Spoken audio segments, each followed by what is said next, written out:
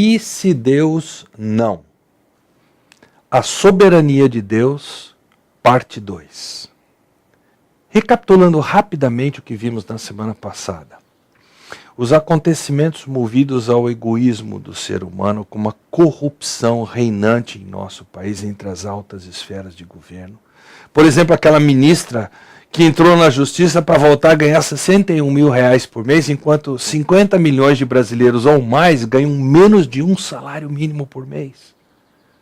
Analisamos rapidamente a contradição de valores que encontramos em todas as esferas. Na questão de orientação sexual, a liberdade dos bandidos, principalmente quando são menores de idade, os sermos taxados de ser a favor de ditadura quando defendemos a família e religião, e tendo introduzido o tema de quão sombrios e contraditórios são os dias que nós vivemos, nós perguntamos, quem é Deus para mim diante de acontecimentos assim? Ele é digno da minha confiança? Relembramos a história, todos conhecemos, dos 3 amigos de Daniel na Babilônia, que mesmo diante da fornalha ardente se recusaram a se curvar à imagem feita por Nabucodonosor. Ó Nabucodonosor, eles disseram, não precisamos defender-nos diante de ti. Se formos atirados na fornalha em chamas, o Deus a quem prestamos culto pode livrar-nos. E ele nos livrará das suas mãos, ó rei. Mas se ele não nos livrar, saiba, ó rei, que não prestaremos culto aos seus deuses, nem adoraremos a imagem de ouro que mandaste erguer. Aprove a Deus livrá-los. Mas o importante é que eles já tinham resolvido a questão de, mas se ele não nos livrar? E nós também precisamos ter isso resolvido na nossa mente, no nosso coração, caso contrário, nós deixaremos de confiar em Deus. E quando não confiamos em Deus, nós acabamos duvidando da sua soberania, nós questionamos a sua bondade, ou seja, o seu amor e a sua sabedoria. Começamos vendo nas Escrituras que Deus está totalmente no controle de tudo. Desculpe a redundância, mas eu preciso falar assim. Chamamos isso de providência de Deus e a definimos como sendo o constante cuidado de Deus, seu absoluto controle sobre toda a sua criação, para a sua própria glória e para o bem do seu povo que somos nós. Continuamos nas Escrituras e vimos que Deus a tudo sustenta, Deus governa, não há eventualidades, não há contingências no atuar de Deus. Vimos que de fato Ele é soberano, embora a sua soberania não seja evidente. E paramos, nem sempre ela seja evidente, deixa eu deixar claro, e paramos diante do ponto que nós queremos começar a considerar agora. A soberania de Deus sobre as pessoas. Imagine-se na seguinte situação, a vida inteira, você trabalhou para o mesmo patrão, que sempre foi muito duro, muito rígido com você. Salário apenas suficiente para a sua sobrevivência. Então você se sente oprimido, tiranizado. Na verdade, você não passa de um escravo. De repente, você se vê livre dessa situação praticamente insustentável. Livre para sair, para ir para outro lugar e começar tudo de novo. Mas você não tem os recursos para fazer bom uso dessa tremenda oportunidade de empreender uma viagem, começar do zero em outro lugar. Sem ter o que perder, você se dirige a seu ex-patrão e você pede a ele recursos para a viagem para começar seu novo negócio. E por mais improvável e fantasioso que possa parecer, seu ex-patrão lhe dá o dinheiro. E não é pouco, é muito, é tanto dinheiro que ele acaba ficando pobre. Conto de fadas? Não. Aconteceu de fato. Com os judeus lá no Egito. Enquanto os judeus estavam sendo oprimidos para fazer tijolos sem que Faraó fornecesse a palha, eles tiveram que sair para procurar tal palha. Nesse momento Deus interveio com 10 pragas e Faraó finalmente disse para os israelitas, saiam imediatamente. Êxodo 12, 13. Mas os judeus não tinham recursos para sair, para empreender a viagem para longe do Egito. Mas Deus havia feito a provisão.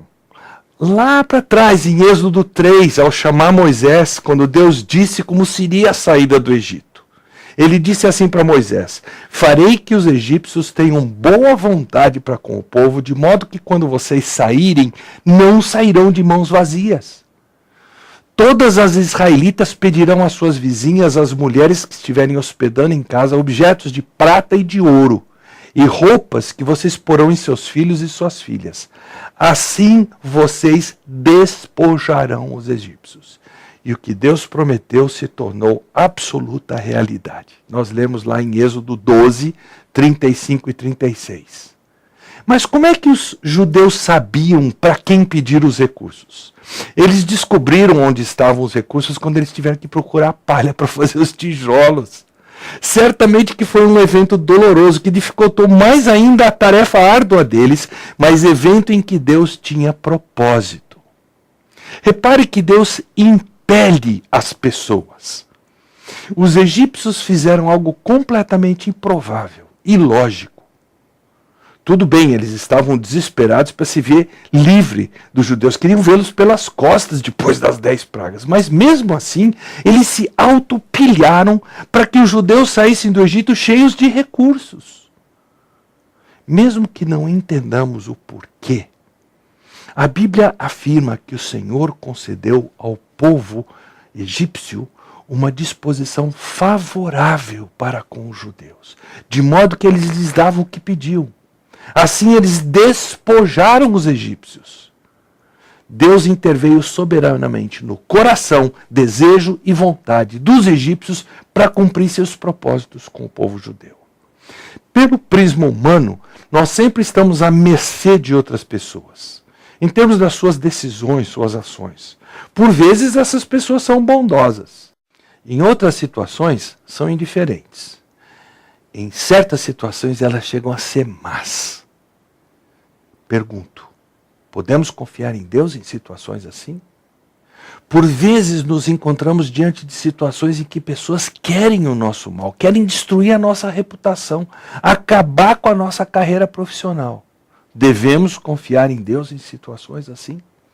Conforme a Bíblia, a resposta é um solene sim, em todos os casos.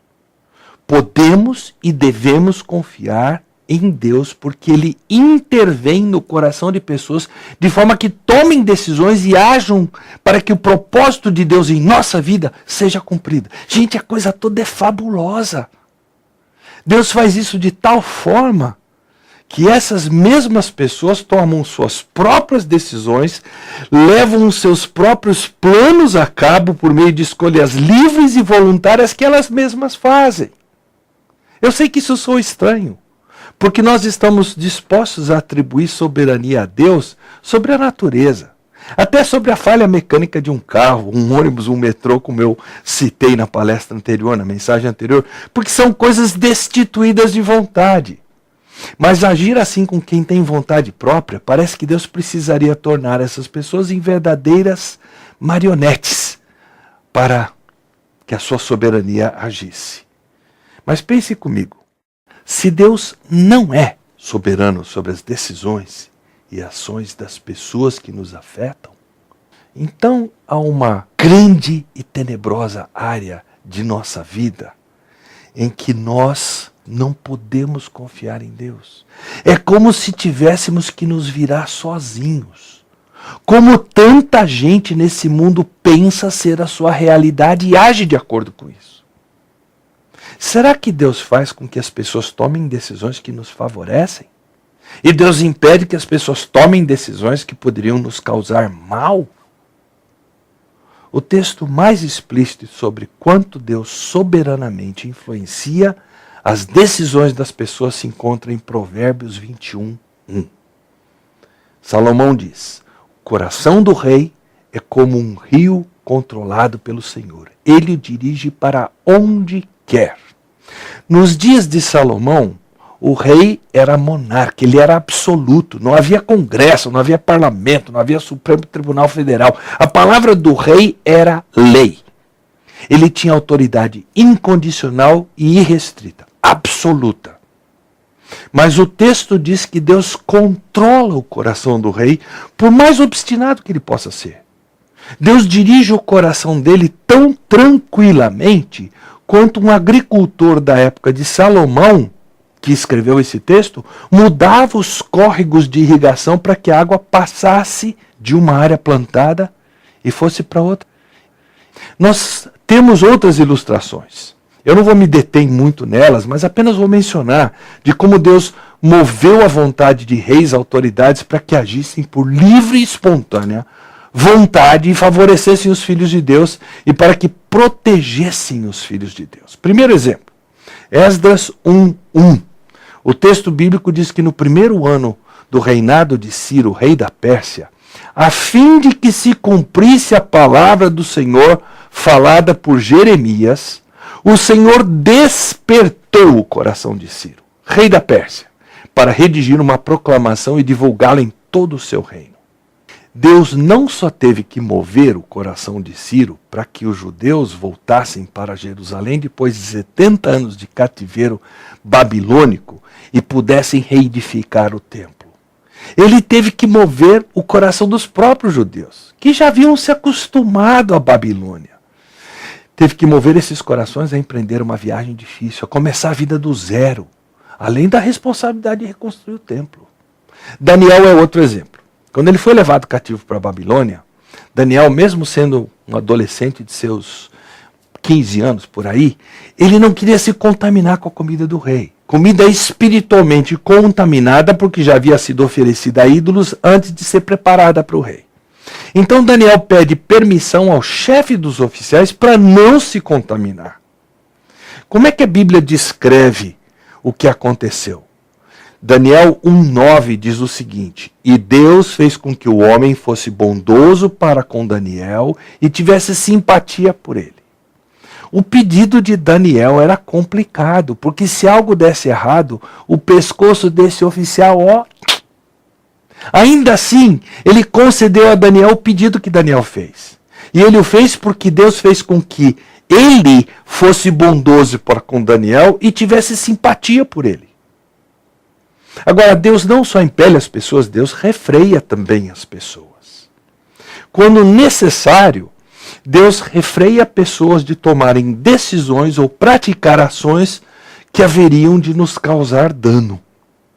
Vocês se recordam da mentira de Abraão para Abimeleque, dizendo que Sara era sua irmã e não sua esposa? Na verdade, ela era sua meio-irmã, mas meia verdade é mentira. Com isso, Sara foi levada para o harém de Abimeleque. Mas por motivos que nós desconhecemos e que o próprio Abimeleque não entendeu, Deus o refreou de consumar seu plano.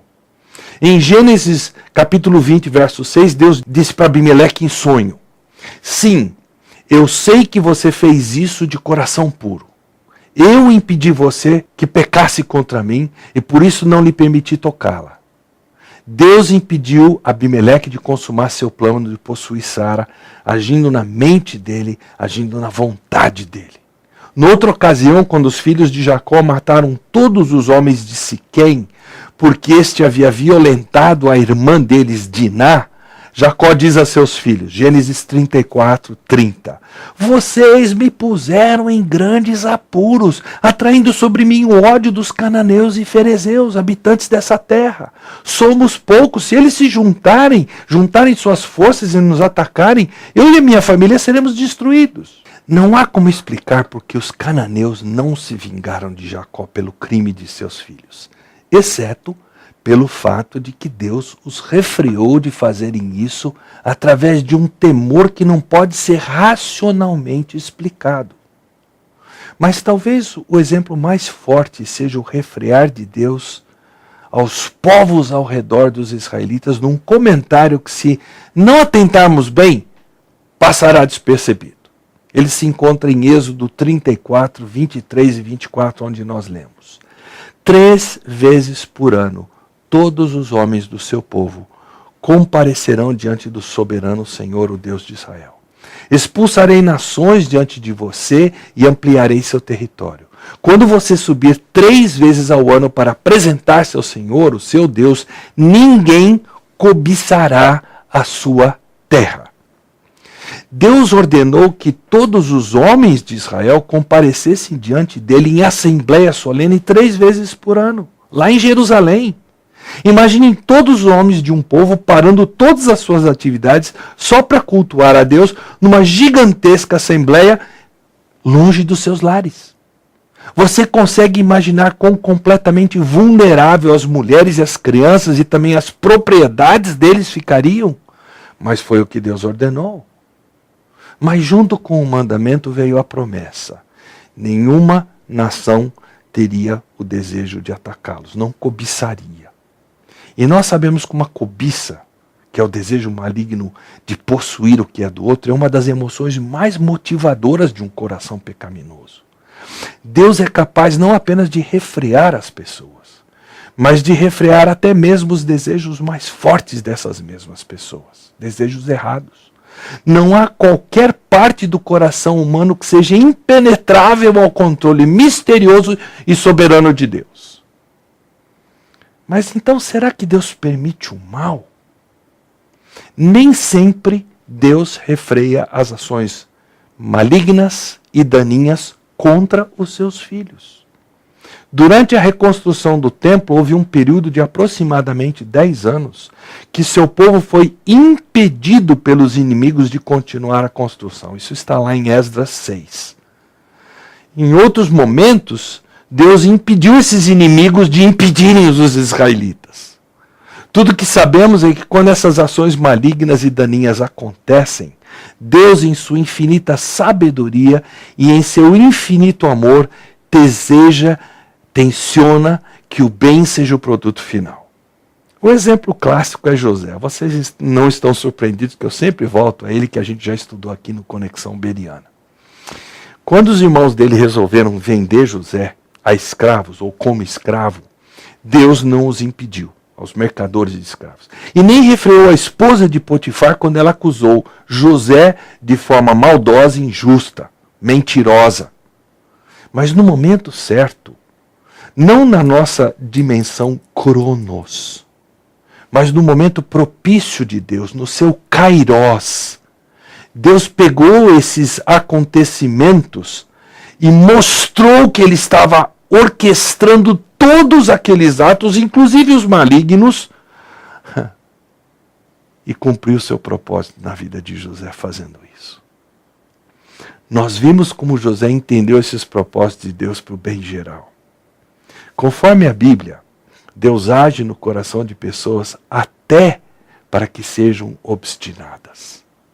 Josué 11:20, falando dos cananeus, declara o seguinte: pois foi o próprio Senhor que endureceu os seus corações para guerrearem contra Israel, para que ele, ou seja, o povo de Israel, os destruísse totalmente, exterminando-os sem misericórdia, como o Senhor tinha ordenado a Moisés.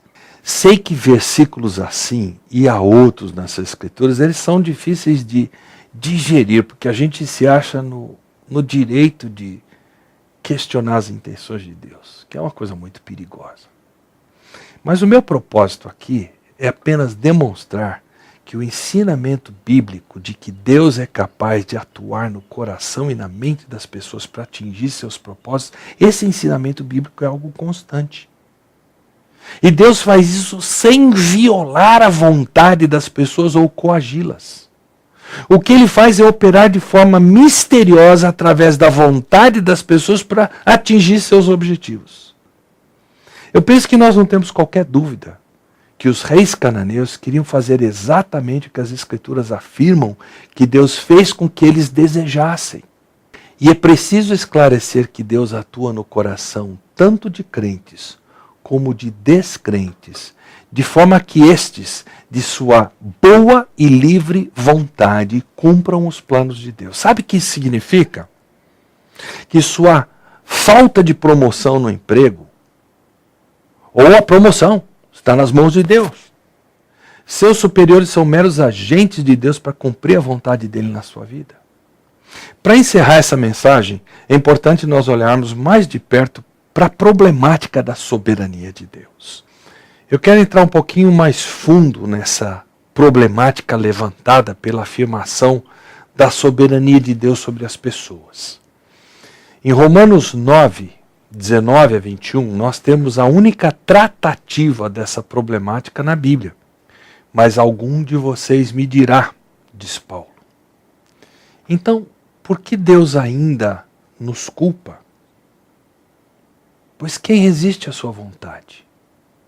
Mas quem é você, ó homem, para questionar a Deus? Acaso aquilo que é formado pode dizer ao que o formou, por que me fizeste assim? O oleiro não tem direito de fazer do mesmo barro um vaso para fins nobres e outro para uso desonroso? O que Paulo diz aqui parece levantar mais problemas do que resolver a problemática. Fato é que a Bíblia assevera tanto a soberania de Deus quanto a liberdade e responsabilidade moral do ser humano, mas ela não chega nem perto de tentar explicar o relacionamento dessas partes. E isso tantas vezes nos inquieta, nos perturba. Existem 3 verdades que deveriam ser suficientes para nos apaziguar a alma nesse momento. Primeiro, Deus é tão infinito em seus caminhos quanto Ele o é em seu ser. Uma mente finita como a nossa não consegue compreender um ser infinito como Deus. Além daquilo que esse mesmo ser revelou de si mesmo. Nós vamos tratar disso na próxima mensagem. Por isso, certas coisas a respeito de Deus serão sempre mistérios para nós. A relação entre a vontade soberana de Deus e a liberdade e responsabilidade moral do homem é um desses mistérios. São 2 retas paralelas que na geometria só se encontram no infinito. Eu gosto dessa ilustração. Eu creio que um dos problemas que temos ao lidar com essas questões é que concebemos a nossa interação com Deus no mesmo nível que a nossa interação com outros seres humanos. Mas mesmo tirando o versículo do contexto, o Salmo 50, 21 faz uma pergunta que nós temos que responder. Você pensa que eu sou como você? Deus pergunta para nós. A nossa tendência é imaginar Deus com as mesmas limitações que nós temos. O agir sobre as mentes, argumentando, persuadindo, até coagindo. Mas não está no nosso alcance o agir sobre a vontade das pessoas que só Deus é capaz de fazer. Outra dificuldade é que o termo soberania sugere no plano humano o uso da força, da coação, de forma que as pessoas ajam contra a sua vontade como escravos diante de seus feitores. O conceito bíblico de soberania de Deus jamais chega perto disso. Segunda verdade que nós precisamos ter em mente. Deus jamais é o autor do pecado. Embora as ações e intentos pecaminosos das pessoas sirvam ao soberano propósito de Deus, jamais devemos concluir que Deus induziu quem quer que seja a pecar. Tiago 1, 13 a 15 é muito claro a esse respeito. Quando alguém for tentado, jamais deverá dizer: estou sendo tentado por Deus. Pois Deus não pode ser tentado pelo mal e a ninguém tenta. Cada um, porém, é tentado pela própria cobiça, sendo por esta arrastado e seduzido. Então a cobiça, tendo engravidado, dá luz ao pecado. E o pecado, após ter se consumado, gera morte. As Escrituras reiteradamente afirmam que Deus se utiliza das ações pecaminosas das pessoas para cumprir os seus propósitos. Mas o fato das ações e intentos pecaminosos dos homens servirem ao soberano propósito de Deus, não faz de Deus o autor do pecado dessas pessoas, nem torna essas pessoas menos culpáveis por seus atos. Deus haverá de julgar as pessoas pelos próprios pecados cometidos, de que ele se utiliza para cumprir os seus propósitos. Anote um texto que fala disso. Isaías 10, 5 a 16. Estude esse texto com calma. Peça ao Espírito Santo que clareie o seu pensamento. Isaías 10, 5 a 16. Terceira verdade a ser considerada. A Bíblia reiteradamente pinta o homem fazendo escolhas genuinamente suas, da sua própria vontade.